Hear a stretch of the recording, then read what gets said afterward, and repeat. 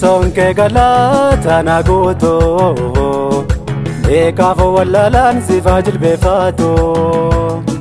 Sababa kabamsi jalachonko Uyara kosi arege garanko Son ke Galtaan guutu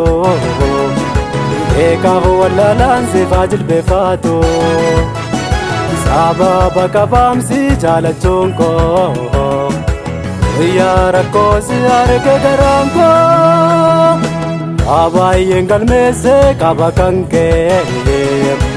Ataman ramvada ulmake Abayen galmese kabakanke Ataman ramvada ulmake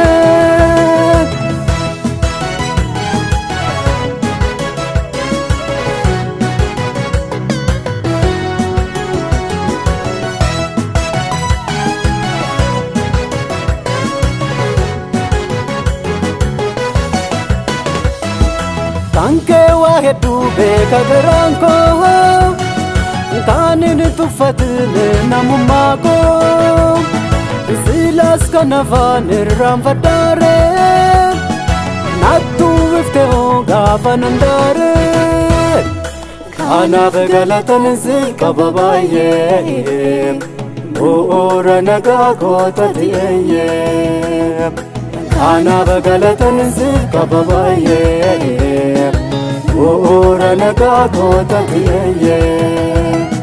Kana begalatan zil kababaye Ora naga kota diye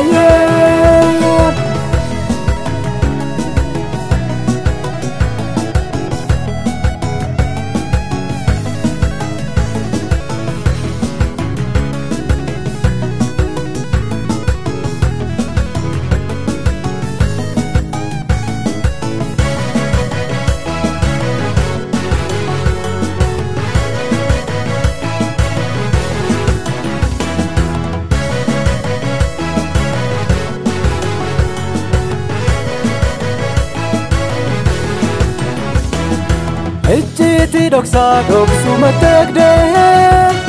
Mboye dofkanan narratti beekte Keessayyuu ishee milisana sana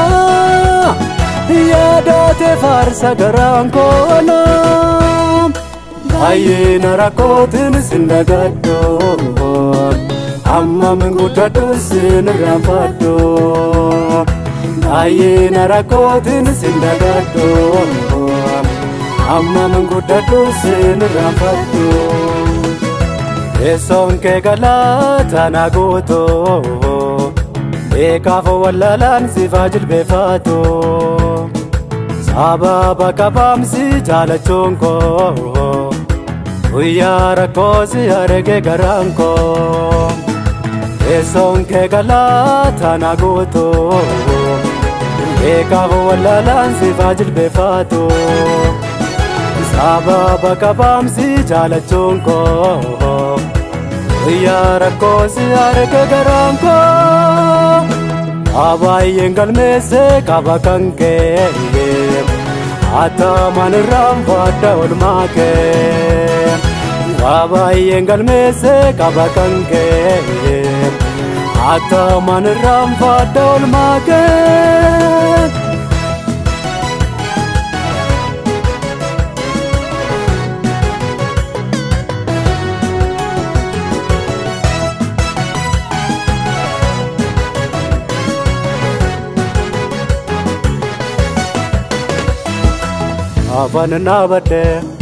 Gafan nabade abadi kute boye Ayo gudum hafe afaan kadhee taa'ee murtooliyannoon kamneessa kan koo itti dhufte saaqte sagantaa koo kanaaf garaan koo sitti marmara situ naaf maxxanseensa kan taara eenyuutan si moggaasa maqaa kee naannoo amalee nyaadhu oolmaa kee eenyuutan si moggaasa maqaa kee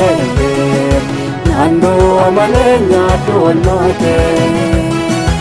eenyuutan si moggaasa maqaa kee naannoo amalee nyaadhu oolmaa kee.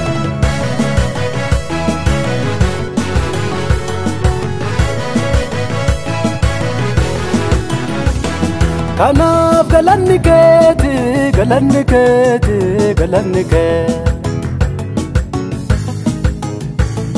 Yesuus koo galanni keeti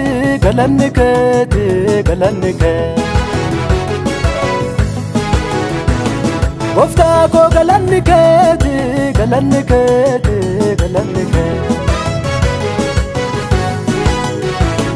Kanaaf ulfinni keeti jabinni keeti guddinni kee Kanaaf guddinni keeti jabinni keeti ulfinni kee